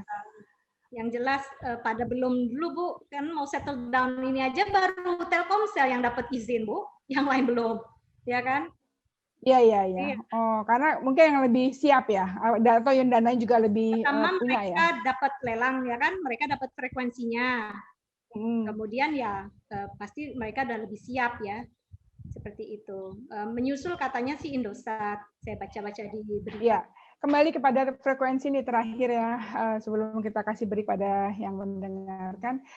Mengenai frekuensi ini, kalau misalnya agak alot ya untuk mengatur frekuensi ini kan berarti nggak bisa jalan tuh rencana-rencana ke depannya untuk 5G juga nggak bisa bulat ya, cuman kita ikut masuk era 5G tapi tidak sepenuhnya karena frekuensi yang terbatas itu. Gimana kendala-kendala kemungkinan-kemungkinan? Ya. Jadi kalau mau cepat-cepat bermain, biasanya ya operator seluler itu dia pakai dulu spektrum frekuensi yang dia udah punya. Dia ambil-ambil apa dari 3G, dari 4G-nya dia ambil-ambil, dialokasikan, dia buat untuk jalan tolnya si 5G. Paling seperti itu, Bu, yang tapi tetap aja kan, tetap mogok-mogok gitu kan, katanya ini udah 5G tapi kok masih kayak gini. Rasanya rasa 5G, rasa 4G. Ya, betul. Ya seperti itu. Tapi ya udah 5G lah gitu kan, walaupun kecepatannya belum misalnya, tapi udah bisa pakai handphone 5G gitu misal, Bu ya. Iya. Ini apa nih Profitri nih, milestone apa nih? Ini, Bu, kita lihat. 5G. Ini, Bu, setiap 10 tahun itu, Bu, ganti generasi. Oh ya, iya ya. Siap-siap aja, Bu, di 2030 ini lahir 6G, Bu. Nah, ini frekuensinya, Bu, benar-benar di atas sudah, Bu. Udah 73 GHz. Kenapa? Karena supaya dapat bandwidth-nya sampai 3 terahertz. Data rate-nya sampai 1 terabit. Jadi kenceng sekali nih. Nah, berarti kerja pokoknya Profitri dan teman-teman ini selama berapa tahun? 10 tahun ya, 9 tahun ini harus bagaimana menata frekuensi tadi ya. Yang sekarang itu dulu kan yang harus sambil paralel untuk menyiapkan hardware-nya. Kalau kita dosen riset, kita harus mikir ke 6G. Tapi kalau yang aplikatif, down to earth, ya 5G gitu lah, Bu. Jadi iya, tapi kan berarti kan ini ada dua badan ya. Satu badan kan sebagai guru besar yang harus melakukan penelitian-penelitian, namun satu sisi kan membantu pemerintah. Jadi juga masalah yang praktis ini yang untuk masyarakat lebih luas ini juga perlu dipikirkan oleh Prof. Fitri gitu. Oke, Prof. Fitri, ini saya ngelihatnya ada Prof. Eko, Prof. Riri ya. Mungkin ada yang mau tanya Prof. Eko atau Prof. Riri yang lebih paham masalah teknik ya, elektro ya. Silakan Prof. Eko. Ya, Assalamualaikum warahmatullahi wabarakatuh. Luar biasa. Waalaikumsalam Katanya warahmatullahi wabarakatuh. Prof. Reni ini udah episode keberapa tadi? 48 atau 40 berapa? Ya, 48. Luar biasa. Sangat produktif makasih. setiap minggu. Luar biasa. Insya Allah. Tapi kali ini kebetulan topiknya topik yang menyenangkan. Agak berat nih, agak berat. Prof. Fitri, mau tanya sedikit masalah standar. Kemarin tuh terakhir itu kira-kira beberapa tahun yang lalu itu kan terjadi perebutan standar, terutama Korea dan Cina. Apakah sekarang dengan Indonesia mulai menggelar, standar tersebut sudah konvergen ya, sudah menyatu ya? Itu mungkin yang saya ingin ketahui perkembangan dari 4G. Kayak 5G maksud saya. 5G, ya. Jadi ya tadi yang saya sampaikan ada Badan Regulasi Dunia yang ITU, Pak. Dan mereka bahas terus-menerus ya terkait teknologi ini. Ya, tentu di dalam ITU itu kan ada banyak kepentingan ya, dan pasti ada dari Korea, dari Cina ya seperti itu. Jadi ya harus kuat-kuatan, Pak. Memang harus kuat-kuatan. Tentunya kalau sudah digelar seperti ini berarti dari ITU-nya sudah dia fixkan standar ini bisa berlaku di dunia, tinggal pemainnya saja mau seperti apa ya, pasti bisa modifikasi ya gitu, tapi standarnya pasti sudah ada. Nah, ini Pak 3GPP ini. Dia membahas macam-macam. Rilisnya sepertinya udah 15, udah rilisnya udah banyak sekali ya, karena sudah mulai membahas juga ke 6G. Gitu. Jadi ya standar yang umum yang harus diikuti oleh teknologi 5G itu harus diikuti oleh perusahaan manapun yang mau menggelar teknologi 5G ini atau vendornya ya. Seperti itu, Pak. Oke, sudah kejawab Prof. Eko. Terima kasih Prof. Eko. Jadi perkembangan sekarang tinggal pertempurannya adalah pertempuran industri, dan pertempuran industri kembali pertempuran kepada kalau di Indonesia adalah TKDN. Nah, itu cerita masih panjang, nanti aja deh mengenai TKDN. Aduh, ya benar, pertempuran industri terutama TKDN-nya ini ya. Kita berharap industri di Indonesia berkembang ya. Prof. Eko, jangan hanya import aja. Ya, jangan kita jadi pasar terus-menerus, ya, tetapi betul. juga ada jangan hanya jadi konsumen ya. Iya, ada karya anak bangsa yang tumbuh di situ. Ya, minimal di peluang bisnis inilah kita bisa bermain ya. Iya. What killer application lah. Iya. Ya, oke, Prof. Reni, nanti kalau ada kesempatan saya boleh tanya satu lagi, tapi nanti untuk kesempatan yang lain dulu. Baik, terima kasih banyak Prof. Eko. Prof. Riri mau tanya, silakan Prof. Riri. Terima kasih banyak Prof. Reni, luar biasa caranya Prof. Reni ini, jadi kita juga bisa membayangkan betapa pentingnya kolaborasi ya dari segi pemahaman kita apa yang terjadi, karena perkembangan yang sangat cepat dijelaskan oleh Prof. Fitri Yuli tadi dengan jelas sekali. Iya. Nah, ini kalau yang kita perlukan juga dengan audiens teman-teman yang biasanya hari Sabtu ini saya nonton acaranya Prof. Reni, acaranya psikologi ya. Nah, itu tentang human resources, tentang manusia. Nanti mungkin pertanyaan saya ke Prof. Yuli, bagaimana ya cara kita supaya menggerakkan tadi nih kesempatan bisnis lewat 5G, karena kita mengupayakan supaya human resources Indonesia ini nanti juga siap untuk seluruh aplikasi yang sesuai dengan kebutuhan, dan kemudian juga mungkin nanti kita bicara tentang hologram, tentang application yang membutuhkan bandwidth yang besar tadi, tapi juga human resources untuk menggerakkan dan menjalankan tadi seluruh infrastruktur. Nah, mungkin Prof. Yuli bagaimana bisa menjelaskan kira-kira supaya yang datang ke Prof. Reni ini misalnya nanti untuk konsultasi anak-anaknya masuk ke universitas dan kemudian menuju ke arah ini, mungkin apakah bisa dijelaskan ya kira-kira bagaimana supaya ketertarikan ini bisa kita lihat ya, kalau acara Prof. Reni ngajakin acara psikologi ramai ya Prof ya, tapi begitu sudah mulai ada matematik, ada teknologi, ada ini mungkin, oh ini bukan saya gitu kan, jadi kemudian nggak datang gitu. Kira-kira gimana Prof. Yuli yang menarik ini, dan kira-kira apa saja yang perlu disiapkan supaya kita bicara ya, misalnya kita mengundang profesor dari luar negeri untuk kolaborasi juga ya, kan kesempatannya banyak sekali karena pasar kita luas. Misalnya dulu Huawei pertama kali itu bikinnya di Indonesia, sukses, harga banting setengah gitu ya. Kemudian success story itu dibawanya ke UK. Dia bilang nih di Indonesia pakai Huawei semua nih, terbukti gitu dengan harga yang murah bisa jalan. Dan akhirnya itu membuka kesempatan dia masuk luas kemana-mana. Jadi mungkin dengan pengalamannya Prof. Yuli dan bagaimana sekarang potret di pemerintah ya untuk menyelaraskan aplikasi yang over the top yang sudah berjalan dan akan masuk sekarang, tadi Prof. Reni langsung nyamber begitu ada game saja, ini mahasiswa, ini anak-anak udah peluang banget nih gitu ya. Gimana kita menyelaraskan itu, mungkin kalau itu pertanyaan saya buat Prof. Yuli, bagaimana supaya human resources kita dapat dikembangkan. Makasih Prof. Reni kesempatannya. Ya, terima kasih Prof. Riri. Wah, luar biasa pertanyaannya. Silakan Prof. Pertanyaannya berat nih untuk dijawab. Iya. Karena harus memikirkan holistik ini ya. Ini pertempuran nih saya bilang. Selalu ini pertempuran perlu general gitu ya untuk membuat kita jadi pemenang. Tentunya kalau tidak ada ya akhirnya memikirkannya nggak bisa holistik lagi ya, parsial jadinya.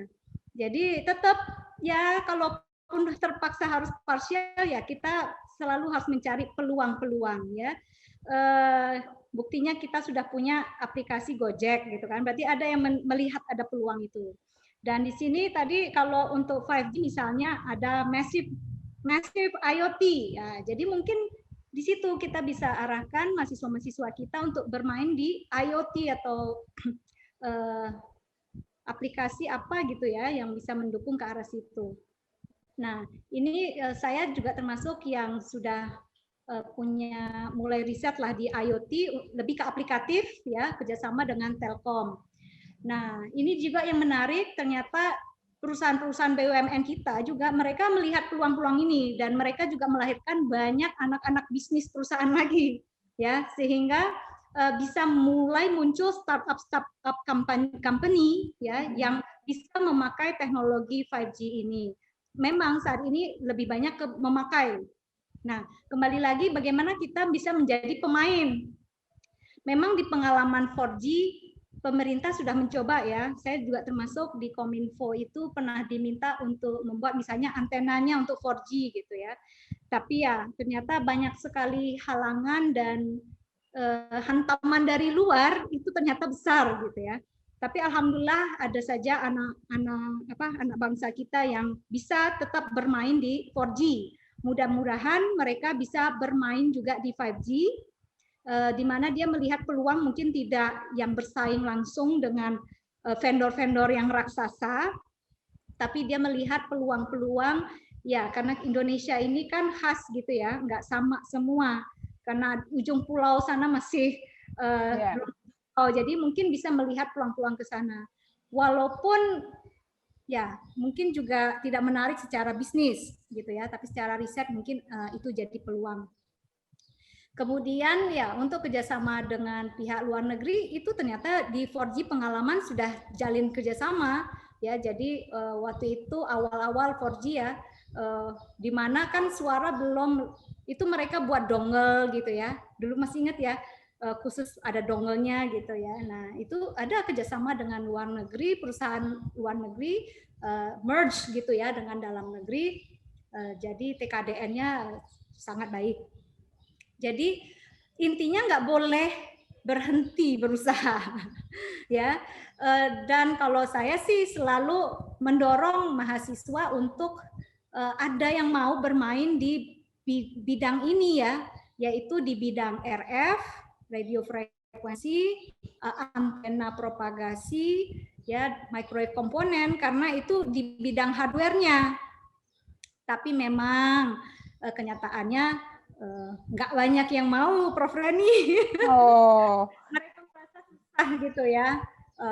Dan perusahaan-perusahaan di Indonesia juga, industri-industri Indonesia juga kesusahan untuk mendapatkan SDM atau bermain di situ karena sering kalah akhirnya. Kalah dari sisi teknologi yang besar ini kan lebih cepat ya, R&D-nya lebih cepat, dan juga dari sisi produksinya ya. Apalagi China terkenal produksinya sangat hebat sehingga harga itu jadi kalah gitu. Ini sebagai cerita aja, misalnya untuk antena, mereka itu berani Bu jual antena ke Indonesia nggak usah bayar dulu. Yang penting laku dulu, maksudnya dipakai dulu. Gitu ya. Habis itu kalau udah dipakai oleh sesuatu itu ya baru bayar gitu. Jadi Indonesia sebagai penjual ya enak kan, nggak ada modal gitu. Justru itu yang dicari, dia udah bisa membaca psikologinya orang Indonesia. Suka ngutang.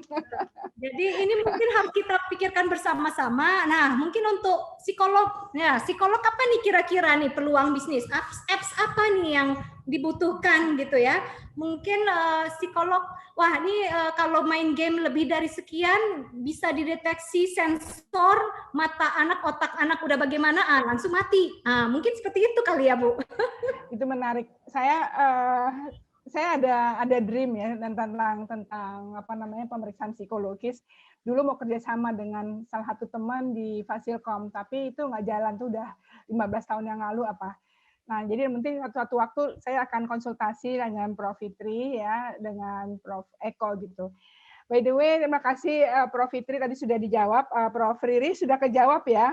Banyak, Prof. Kalau saya berpikir kalau dari sisi saya sih pikir bahwa dengan rencana induk riset nasional yang sudah dibuat oleh pemerintah dan sudah bagus ya, itu harus diikut sertakan dengan apa namanya dengan juga Kemdikbud Dikti ini dengan memberikan ada peta untuk ke beasiswa yang untuk membantu membackup perkembangan industri kita ke depannya. Jadi tidak bisa lagi memberikan beasiswa yang bebas kemana gitu. Tapi ini semuanya untuk merah putih, untuk membangun negara ini. Saya kira itu kira-kira. Ya, Prof. Fitri, terima kasih banyak sekali lagi. Ini luar biasa pencerahannya dan bagi saya juga saya senang sekali bisa belajar. Ya, walaupun mungkin tadi pertanyaan-pertanyaannya kali apa namanya, ini kok gampang-gampang banget. Tapi ini benar-benar mencerahkan sekali. Untuk teman-teman yang sudah hadir, saya mengucapkan banyak terima kasih. Di sini Prof. Eko, Prof. Riri, kemudian ada dari Kawani, Bu Mika, dari kementerian juga ada Bu Bardiati, terima kasih banyak, dan juga para mahasiswa yang lain satu persatu tidak bisa saya sebutkan. Baik, sekali lagi mudah-mudahan acara ini sangat membantu kita dan kita akan dukung sepenuhnya semua program-program pemerintah. Baik, Prof. Fitri, terima kasih banyak, dan pada semuanya sekali lagi terima kasih. Mohon maaf lahir batin. Saya serahkan kembali kepada Nasla. Silakan Nasla. Terima kasih Prof. Reni, terima kasih juga Prof. Fitri. Selanjutnya adalah penyerahan sertifikat kepada pemateri yang akan diserahkan oleh Prof. Reni kepada Prof. Fitri.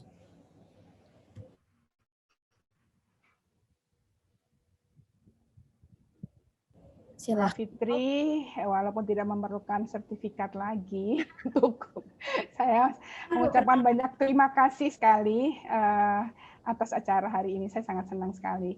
Jadi sertifikat pembicara saya serahkan pada Profesor Dr. Insinyur Fitri Yuli Zulkifli, Sarjana Teknik Master of Science, sebagai narasumber dalam kegiatan Weekend Sharing Session Club dengan judul Indonesia Menyongsong Teknologi Telekomunikasi 5G yang dilaksanakan pada hari Sabtu 12 Juni 2021. Terima kasih Prof. Fitri. Ya, sama-sama. Makasih. Semoga bermanfaat. Amin, amin, ya robbal alamin. Terima kasih. Salam Prof. Eko, Prof. Tapi diingat Terima kasih PK-nya semuanya. Bapak Ibu. Mohon izin Ibu Bapak dan rekan-rekan sekalian, selanjutnya kita akan memasuki sesi foto bersama. Mohon izin diaktifkan videonya. Kira-kira gaya kita kali ini seperti apa nih, Prof. Reni? Prof. Fitri, apa gayanya seperti apa, Prof. Fitri deh? Ini. Tapi dibalik. Oh, dibalik. Sampai kelihatan ini katanya kalau bisa sekarang ini ada deteksi ini loh, palm print gitu ya. Bisa diambil datanya. Jadi gimana? Oh gini. Oh iya, betul-betul juga. Satu aja mungkin. Oh, satu aja. Oke, baik. Saya hitung dalam hitungan ketiga. 1, 2, 3. Baik, terima kasih Ibu Bapak dan rekan-rekan. Oke, terima kasih. Jangan lupa, sebentar, jangan lupa 5M, COVID-19, gerakan memakai masker, mencuci tangan, menjaga jarak, menjauhi kerumunan, dan mengurangi mobilitas. Ruang Zoom akan ditutup 7 menit dari sekarang. Terima kasih semuanya. Selamat buat Prof. Reni, Prof. Fitri. Terima kasih Prof. Eko, Ya, Prof. Bumika, Ibu Bardiati. Oke, izin. Ya, silakan. Terima kasih Prof. Izin. Terima kasih, Dan. Assalamualaikum. Waalaikumsalam, ya Bu Bardi.